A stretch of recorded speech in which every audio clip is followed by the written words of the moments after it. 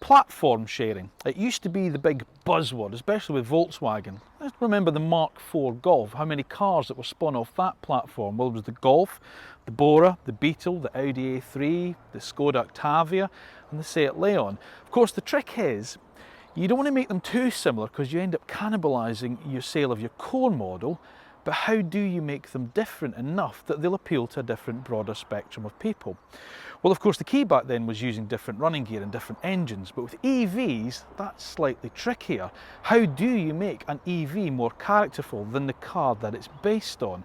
Well, Volkswagen have had another shot at it.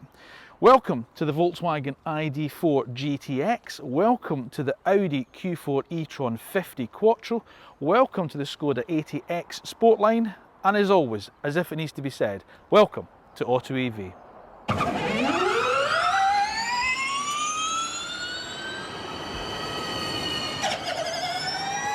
Now, before we get started on this week's triple test between the Skoda, the Volkswagen and the Audi, it is of course time for me to ask you to like the AutoEV videos, subscribe to the channel and press the little bell button down below so you receive notification of when our next video goes live. By doing so, it means that we are able to stay independent and bring you the content that we're able to do. So thank you so much for your continued support.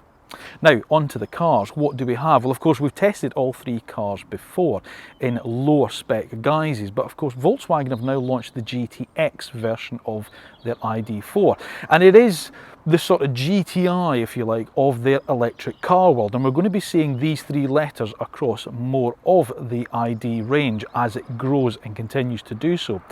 But is it enough? I mean, the GTI is such an iconic badge. Is GTX going to have a similar type of appeal for the EV buyer? And does it stand comparison with the other two cars that we've got here? Well, let's have a look at them and find out. Well, as I say, this is the ID.4 GTX, and it's a dual motor car, so four-wheel drive as the other two are as well. And it's putting out just under 300 brake horsepower, so it should be quite sprightly. But let's take a look at the other two. And our first contender is one of our old favourites. It's the Audi Q4 e-tron, but here in its 50 guise. In other words, a more powerful motor and quattro drivetrain, so like the Volkswagen, dual motors, front and back.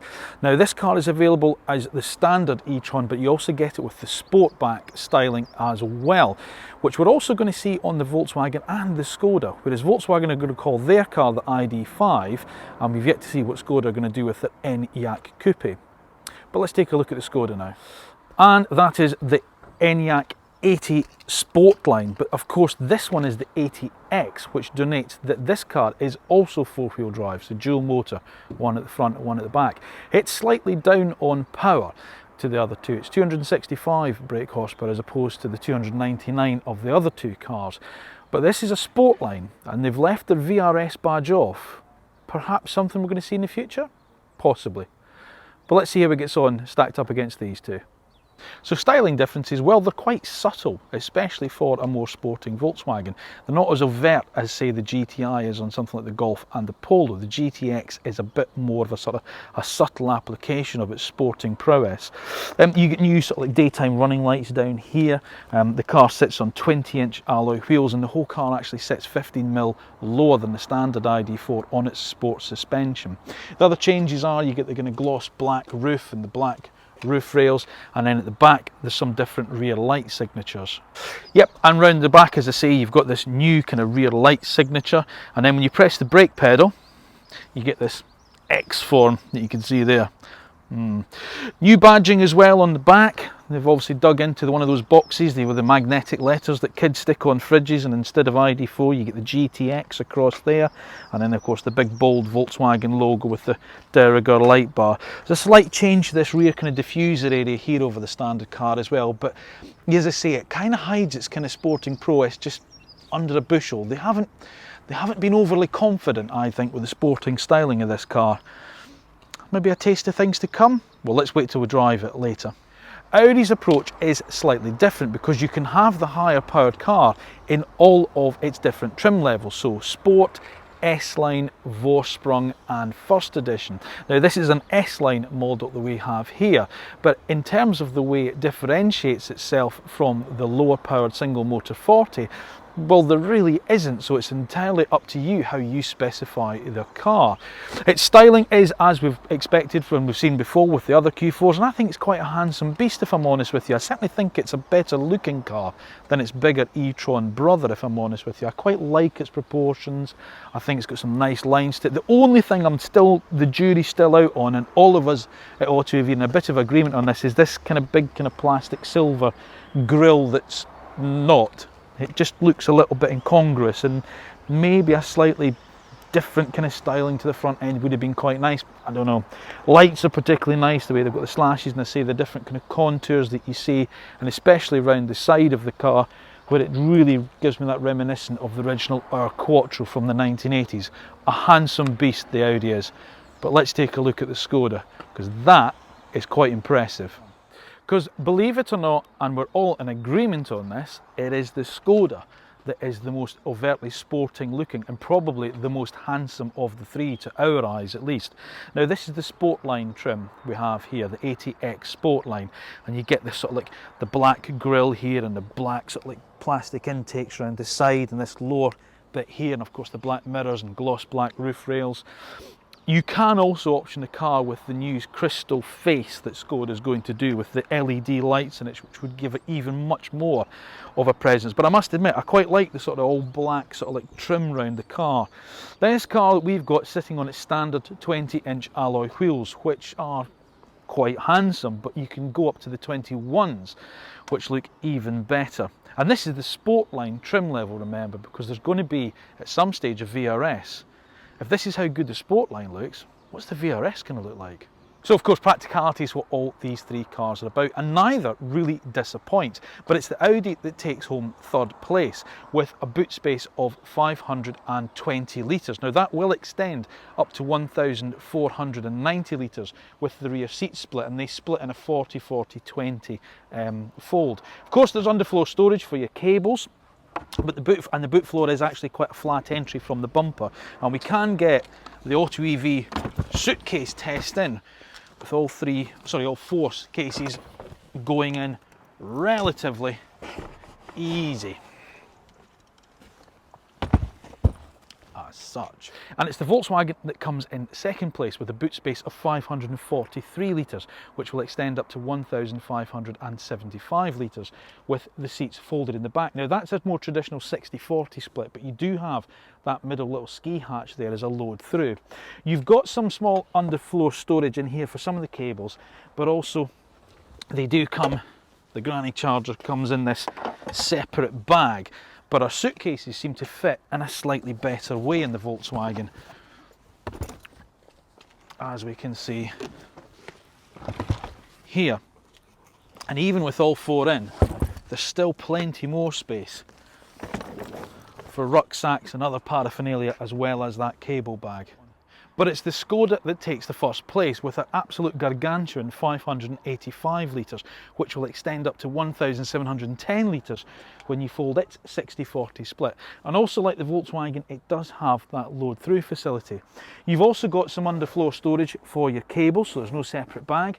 And also as well, you've got these little practical kind of side pockets here, which you don't get in the others. And also these little fold-down hooks, which just seem ideal for shopping bags. And of course, being a Skoda, practical, they've got little ice scraper in the rear hatch as well. Well done, Skoda. So as you can see, the suitcases are absolutely ample in here. Now this is obviously much smaller than the Tesla Model Y, which has over 700 litres with the rear seats in place. But as I say, remember with Tesla, when they measure the boot capacity, it's not up to the parcel shelf, whereas on these three cars it is, because you don't get the parcel shelf on the Model Y. But that should be more than enough for any family's needs, I'd have thought. Now obviously all cars are based on the same platform, which means they have got the flat floor and there is ample room in the back. We're back in the Audi here, and I've got absolutely bags of space in here, so there's plenty knee room. There's plenty of leg room. We've got a couple of USB-C charging ports here, and of course this car's got the rear climate control. What's also nice with the Audi is there's a good amount of storage as well. So with these nice shaped bottle holders in the door, as well as door bins, and we've got the mat pockets on the back. We've also got a nice folding armrest with the cup holders in there. So yeah, plenty of space certainly across all three cars. Also the ISOFIX points are nice and easy to get to in the Audi as well, which is another boon point for obviously putting child seats in and out. But let's go and see what the other two are like. Jumping across into the Volkswagen, and it's pretty much exactly the same. Now I've set all the seats up for my driving position, and as you know I'm about 5'7", 5'8", but see there's plenty of knee room. There's enough room underneath the front seats as well where I can get my feet under. As I say, there's a flat floor. Again, in the Volkswagen you've got a couple of USB-C charging ports. Roofline, head height wise, well again it's similar to the Audi. It's starting to encroach a little bit because obviously it's slightly sort of sloping roofline of the ID.4. I think when the ID.5 comes out with that more kind of coupe, that aggressive kind of coupe styling, if you're approaching 6 foot, you might start finding it just hitting your head a little bit. The seats don't feel as nicely shaped as they do in the Audi either. It's more of a kind of flat bench, but obviously if you've got 3 abreast, that's slightly better in terms of that middle passenger. Storage isn't as good. You've got these tiny little pockets in the back of the front seats, just a door bin, there's no extra bottle holder there.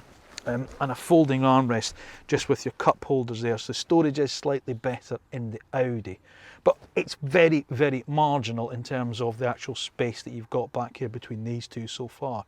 Let's try the Skoda last. But again, it's the Enyaq that certainly feels the roomiest back here. Now it is helped a little bit by the glass and panoramic roof that's in this particular test car that we have, so it does give a feeling of more height, but the roof line is actually scalloped out above my head, so even people that are over maybe sort of my height are going to find this probably the best of the three. The bench is quite nice. There's a nice flat centre bit here, again flat floor, but there's a bit more under thigh support in these seats, which is quite nice, so there's a bit more support for the rear passengers. Storage is good too. You've actually got 2 pockets, a slightly smaller pocket that would take a mobile phone, and then a more ample sort of like mat pocket in the back. No separate bottle holders in the door like you get in the Audi, but the relatively deep door bins, and of course we've got a fold down armrest, which is slightly different because whereas the other two have the cutouts in the centre for the bottle holders which your arm kind of falls into, on the Skoda it's a fold out one. So again, it's just a bit more practical and a bit more thought out. So I'd say the Skoda takes the prize in this category as well. So let's start with the driver environment of the Audi, and it is as you'd expect an Audi to be. It is fantastically laid out, everything's nice and easy to use. I particularly like the screen that's embedded into the dash rather than the other two that have got the sort of stick up iPad style screens. I like it more integrated. The other nice thing with this one is when you press it, you do get that sort of like nice click that you always seem to get with the Audis, where you've got that kind of feedback that knows you've actually selected something. Down below that, you've actually got physical heater buttons as well, which I really like, whereas you don't in the other two. You've got to go into the screen, so if you want the heated seat on, it's nice and easy to access, or change the temperature or fan speed, it's just there at a button, which is nice and easy to get to. This little floating console where the transmission selector is on is also nicely well thought out. There's good storage underneath it with wireless charging for the mobile, USB ports down there, and a 12-volt socket. I really like this.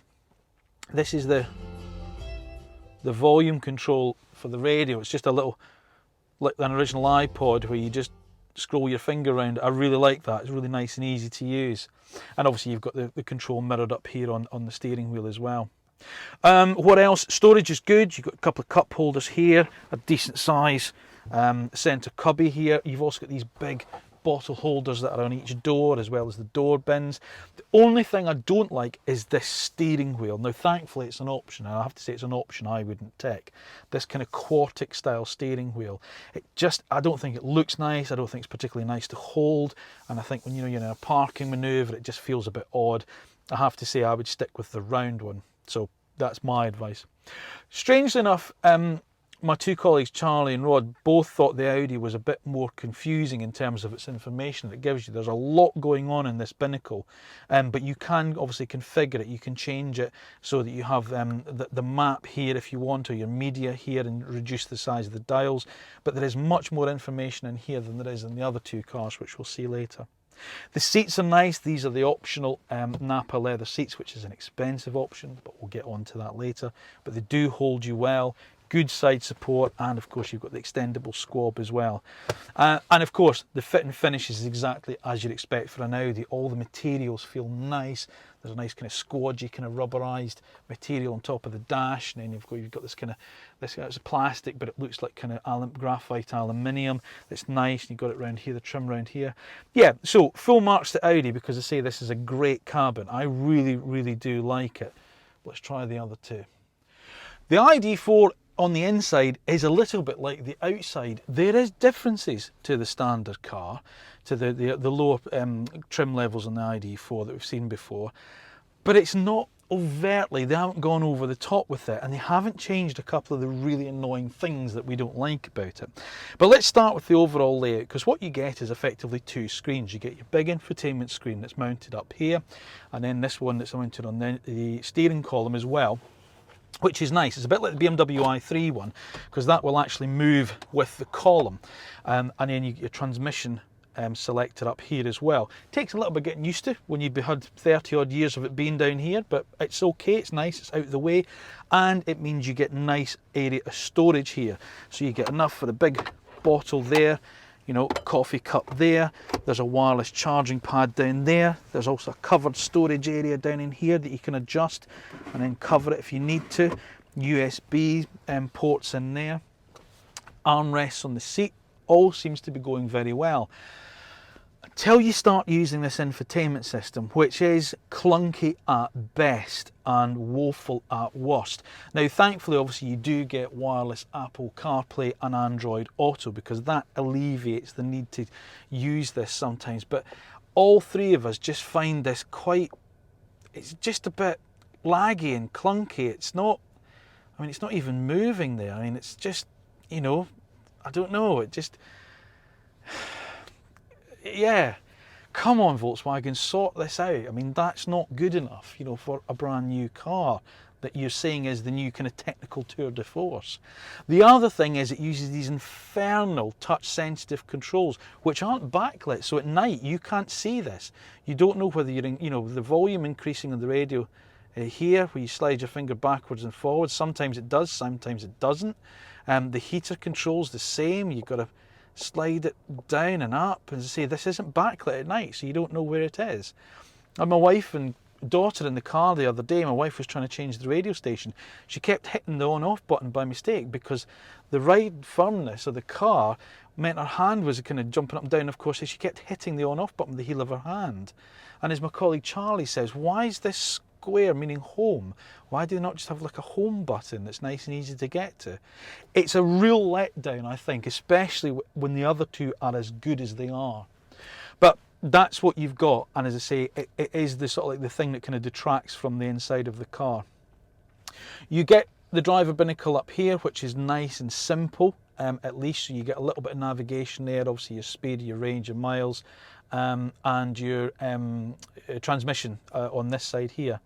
They've also got these touch sensitive buttons on the side here, but they do have a little bit of haptic feedback when you press them on the steering wheel, but they're just a bit easier to hit with your hand, the heel of your hand, unfortunately. So they're not particularly well placed, I don't think. The wheel, thankfully, is round. You get the little GTX badge here and a little flash of red, and the red stitching across this kind of blue leather on the dashboard.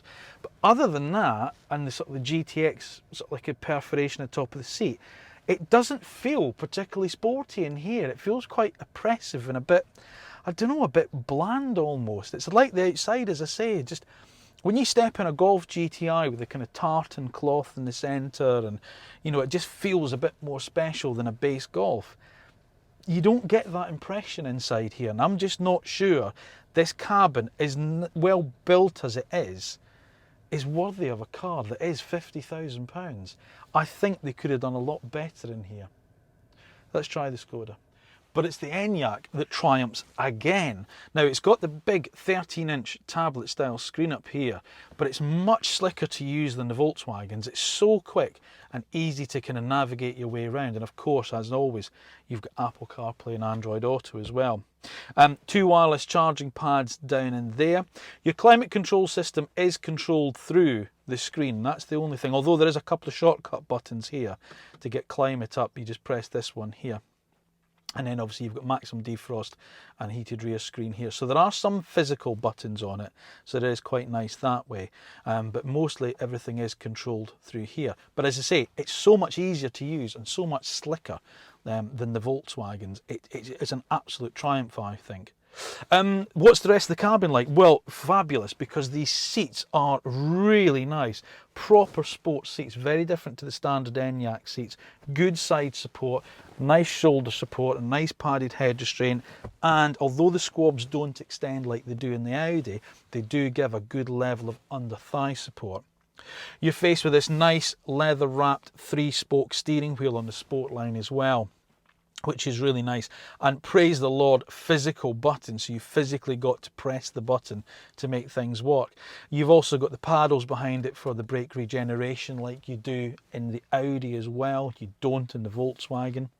All the controls fall nice and easily to hand. Like the Volkswagen, the driver display is similar with its very minimal information, but it's buried into the dashboard, so it doesn't move if you obviously move the steering wheel. So depending on your height of your driver will depend on whether or not that's clear or not. But it's okay. None of the three of us that have been driving this car have found it particularly difficult to sort of get a good driving position and a good layout in front of us. You've got good storage. You've got a couple of cup holders here that you can adjust. Don't quite take the size of my bottle, water bottle, but there is bottle holders, shaped bottle holders in the door pockets. You've also got good centre storage as well with a removable tray, and that goes all the way. Yep, that goes all the way down. I think you're possibly down to Australia with that one. A nice little tray in here, and then this little lozenge, which is your transmission selector as well. You also get a better quality, I think, in terms of materials than you do in the Volkswagen. It feels a much more premium car in here. In fact, it's almost as premium as the Audi in terms of its fit and finish and materials used. This sort of like padded kind of leather-like material on top of the dash. And the Sportline gets this kind of satin finish, kind of carbon fibre effect here. And then you've got a head-up display in the top dashboard there as well, which is nice. And then this big glass panoramic roof, which floods the cabin with light. So, but oddly, as I say, enough, when you think about, brands and you think about maybe how people view them, it's the Skoda that's rivaling the Audi for premium feel and quality in here. And it's way ahead of the Volkswagen as far as we're concerned. Who'd have thought that? Now, all three cars come with the same 77 kilowatt hour lithium ion battery as standard in this guise, but the ranges do vary a little bit, from 291 miles on the Audi to 299 on the ID.4 to 303 on the Enyaq, and that's according to WLTP figures. All cars will take charging speeds up to 125 kilowatts, so if you can find a charge capable of that, you can go from the benchmark 10 to 80% in between 36 and 38 minutes, depending on the car. From a 7 kilowatt wall box, from your home wall box, all cars will charge up to full in just over 13 hours. Now, disappointingly, none of the cars come with a heat pump as standard, although it is available as an option. But that's something that does come as standard on their other main rival, the Mercedes EQA. Now, all three of these cars are very, very similar in terms of their power outputs as well. The Volkswagen and the Audi are 300 brake horsepower, whereas the Skoda is slightly down at 265. 0 to 60 sprints are all very similar in fairness. The Volkswagen and Audi do it in just over 6 seconds, 6.2, whereas the Skoda takes a little bit longer, but it still dips below the 7-second bracket.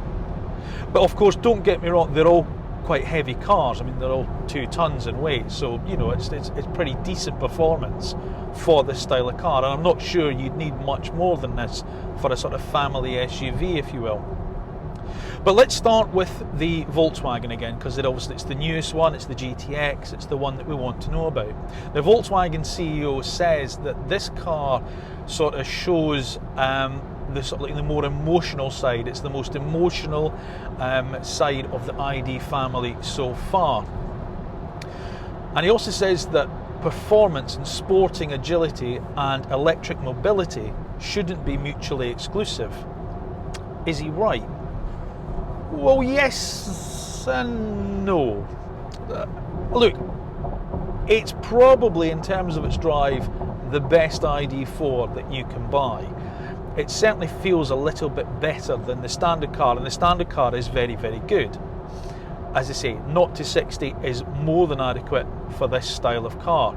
It's four-wheel drive, so there's a huge amount of grip from it as well. It also has a very sort of clever diff, which stops sort of like any of the sort of like the wheels spinning up. It kind of locks the wheels across to stop them spinning. So none of the power gets wasted by one of the wheels just spinning needlessly away. And I certainly found that this morning. I mean, we're filming this at the beginning of January. It was very cold when I left home this morning to meet the other guys. And there was a couple of bends where it was you tell it was quite icy, and it just felt like the car just kind of locked up and made you good, made you keep you safe, which is really good. It is a little bit more playful also than the standard ID.4, so it allows a little bit more. Whereas the standard car kind of seems to just put an arm around your shoulder and its electronics say, oh no, don't do that, we'll keep you safe. This allows a little bit more playfulness, which is quite nice. It also has the kind of vehicle chassis dynamics, that are all set up through the car, through the different modes, and again all these clever electronics that it has. It just keeps it planted, and of course it's a 50-50 weight distribution as well, which always helps. Where it lacks a little bit, however, is in steering. The steering feel it's a little bit vague, if I'm honest with you. Now, we're not expecting it to be a Lotus Elise, but as I say, it just feels a little bit vague, certainly at the dead ahead as well. Because it's quite a heavy car, you kind of get the impression that they've sort of like made the steering quite light, and in doing so they've made it, dare I say, overly light, in my opinion. I just feel it's just, sometimes you pitch into a bend, you're not sure where the front wheels are pointing, and it doesn't give you a lot of feedback. That's one area where I feel it's really lacking. The other area is the brakes. It just feels like it's not got enough for this power and size of car. There was a couple of times, certainly when I was coming off the motorway to meet up with the chaps this morning, and you come into the bottom of the slip road and you're pushing, you think, oh, there just wasn't enough bite there for me, and it's a bit disappointing. And it feels that, look, I think what Volkswagen have done is, it feels like they've not applied the GTI badge to it because they've held back a little bit. I think they're a little bit nervous about having a car with the GTI badge on it that's not sporting, and this doesn't feel overtly sporting, and I'm a little bit disappointed with that. As I say, it's good, it's a very good car, and as I say, it's probably the best of the ID.4s. But yeah, it just feels like it's not gone far enough towards that side. Ride comfort is okay on more open roads, like we're on the M4 at the moment. The ride comfort is very, very good. I would say it's firmer when you're off the kind of the smoother A roads and motorways. When you're on the kind of more B roads, you've got a bit more kind of ripples on the road, or you've got the expansion joints across it. They make themselves known. It's not uncomfortable. It's not uncomfortable, but it's certainly more towards the sportier side than the comfortable side. And there was a couple of times where I have to say that it did feel quite jiggly in its ride quality, which then only goes to highlight how poor the switchgear is, the touch sensitive switchgear, because by trying to do that when you've got quite a jiggly car, it doesn't really work so well. In fact, my wife yesterday, when we were in the car, managed to turn off the radio 2 or 3 times by just trying to turn over the station, because the ride was thumping around so much. She kept hitting the on-off button by mistake. First world problems and all that, but there you go. But yeah, as I say, in terms of its ride comfort, it's good. Now these seats, again, just feel like standard ID.4 seats, just with a different material on them. Whereas the Skoda has those proper figure-hugging sport seats. And if you're going to make a sporty car, why have we not got sporty seats in it? Why does it not feel a bit more sporty in here? All I've got is this little kind of GTX badge and a bit of red here and some red stitching, and that's pretty much it. You know, the tartan cloth of the GTI, that would have been quite nice to have done, so like maybe a modern take on that or something would have been quite nice, but no. Ah well, never mind. Don't get me wrong, in summary, as I say, the GTX is a very good car. I'm just not sure that it's good enough. Anyway, let's try one of the others.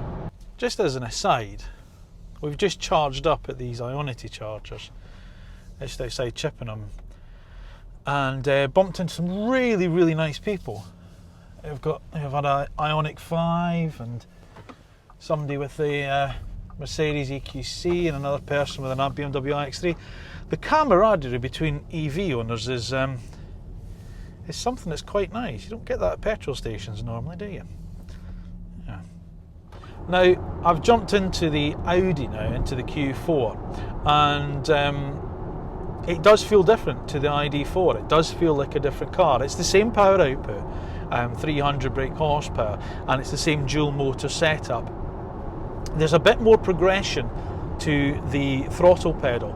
It doesn't feel quite as alive. It's a little bit of a heavier sort of like feel to some of the controls, which I actually quite like, and it doesn't feel as vague on the steering as the Volkswagen did, which is interesting because Audi steering has never been its absolute forte.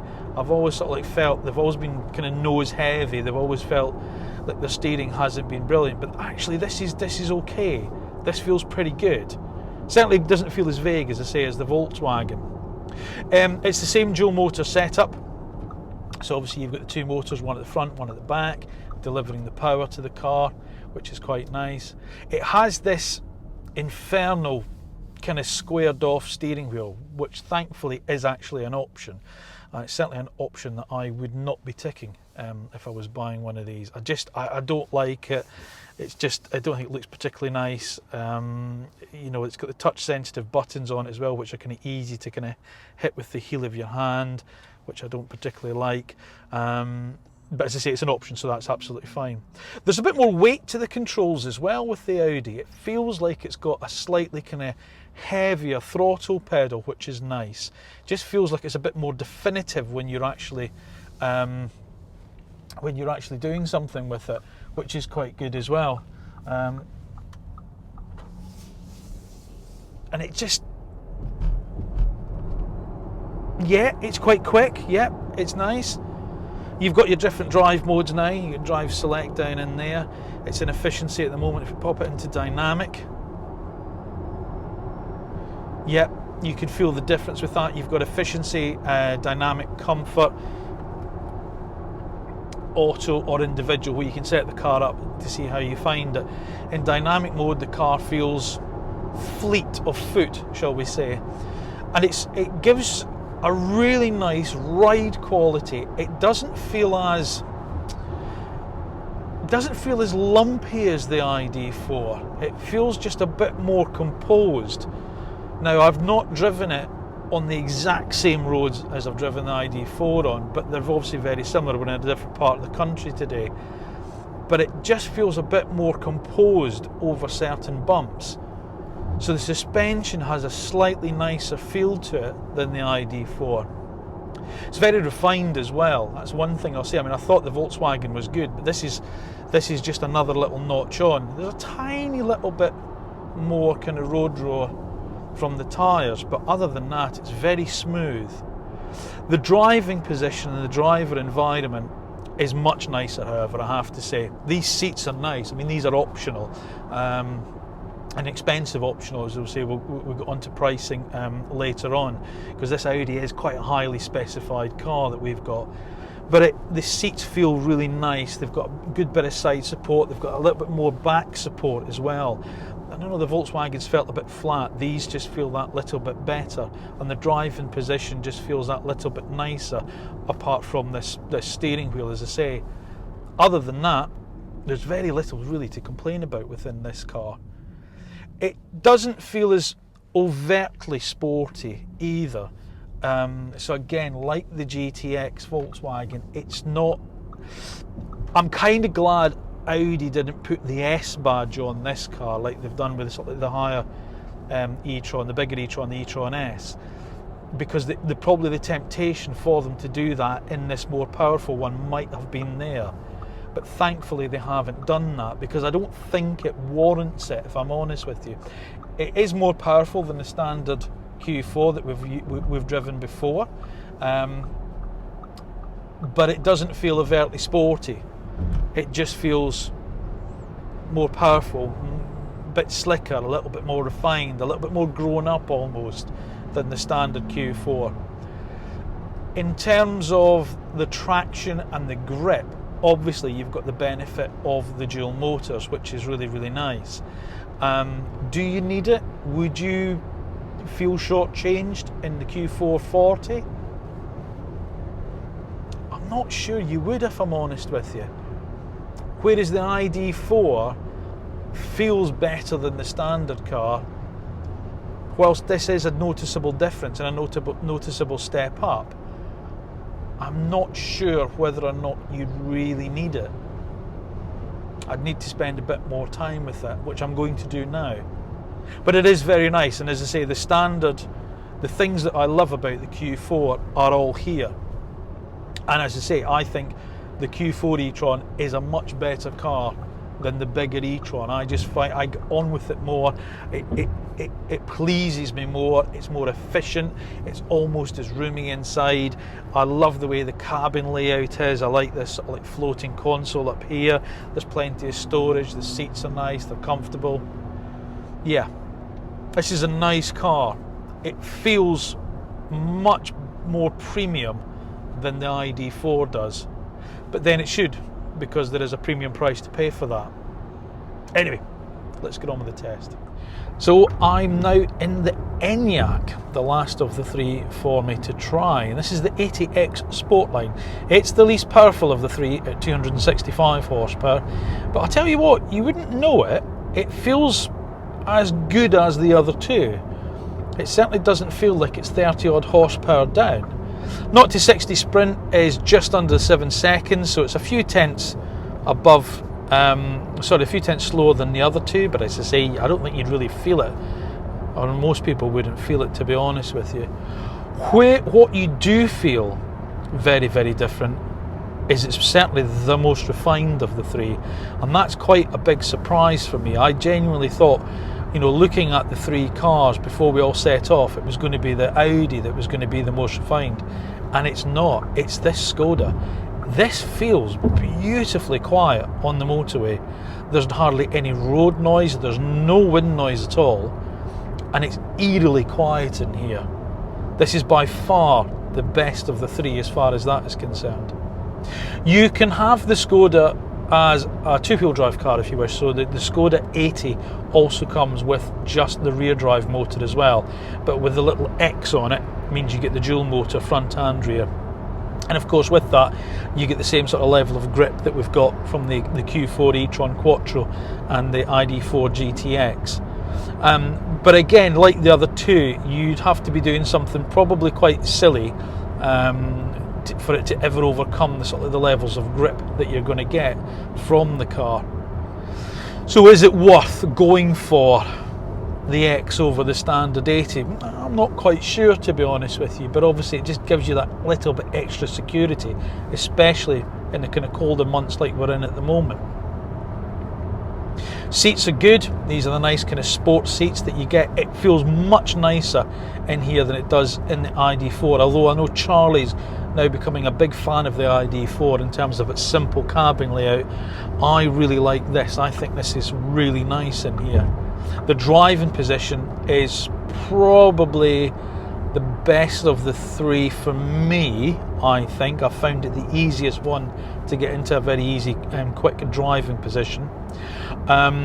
I've got this nice kind of leather wrapped 3-spoke steering wheel, much nicer than the Audis, to be honest with you, with physical controls on it. So the actual controls on it, they're not touch sensitive, they're physical controls, which I much prefer. I've got the 2 paddles behind the steering column to adjust the brake regeneration. So as well as the B button here on the transmission lever, I can then adjust the actual recuperation level that I get from the brakes, and it tells me there I've got the 3 levels that I can go up through or take it off completely to allow me to coast when we're on the motorway. I get, as I say, a nice driving position. These seats are particularly nice. They've got really nice support down the side of your thighs and then down the sides here, save up the back of the shoulders as well. This car's got the big optional panoramic glass sunroof, which is nice. It floods the cabin in with light. As much as I like the more integrated style screens like you get in the Audi, this standalone screen is bigger than you get in the Volkswagen, and it's much easier to use on the move, which I think is a really important thing. Everything just works much nicer than it does in the ID.4. It's a much easier screen to get on with. It just works a lot better. So yeah, I would say from a driving environment point of view, the Skoda edges ahead, even ahead of the Audi. In terms of the way it drives, well, it's probably somewhere in between the two, because it's not as, it's the Sportline. It doesn't feel, there's a disconnection, a layer between you and the driving experience. The steering is not as vague as the ID.4's. It's maybe not quite as linear as the Audis, but the other controls such as the throttle and the brake pedal just feel a little bit better than the Volkswagen, and probably on a par with the ID.4, I would say. It's odd, I'm not sure what's happening with the brakes of the ID.4. They just don't feel beefy enough for that kind of style of car that they want it to be. And I just think the Audi and the Skoda's just doing a slightly better job of hauling the car down from speed. And I say there's a slightly nicer feel to the pedal in it as well. So yeah, all 3 cars are very, very similar, and all 3 cars are very, very good in lots of different ways and lots of different things. But the Volkswagen's trailing a little bit, which is a bit of a surprise. Now, obviously all 3 cars are available with lower specifications and lower starting prices, but it's these 3 that we're talking about here. And it's the Skoda, as always, that's taking first prize in terms of value for money, because the range starts for the ATX Sportline at just over £46,500. With the options fitted to this car, it comes in at just over £50,000. And obviously you can go a little bit higher if you add on some of the more option packs, or you can go cheaper if you go for just the rear-wheel drive 80 Sportline. Moving up, we go to the ID.4 GTX, which starts at £49,000, or as tested here with the options fitted to this car, which is the heat pump and metallic paint, it comes in at around about £51,000. But there is also a GTX Max available, which starts at £56,000, but that's basically the same car with some of the options already fitted as standard. But it's the Audi, in terms of value for money, that struggles a little bit, because the starting price of our car is just under £55,000, but as tested, our car comes in at a gargantuan £65,000. Is it £15,000 more of a car than the Enyaq? In a world where we've seen £50,000 Hyundais and Kias, I think people are less worried about the prestige and the sort of like the premier badges that they once were. And with cars, as I say, such as the EV6 from Kia, the Ioniq 5 from Hyundai, and the Enyaq from Skoda, proving they can be just as good as a badge as Audi. And it's those cars that I've just mentioned that are going to be the main competition for these 3, such as the Hyundai Ioniq 5 and Kia's EV6, a car that, if you've watched our last video, we claimed as AutoEV's Car of the Year 2021. And of course, Mercedes-Benz, the EQA and the EQB, and who can forget Tesla with the Model Y coming in at £55,000. So yeah, there's plenty out there to choose from, so the talents of these three certainly have to shine through if they're going to gain your approval. So here's what we like about the Volkswagen ID.4 GTX. We like its better chassis dynamics over the standard ID.4, its good performance, and its spacious interior.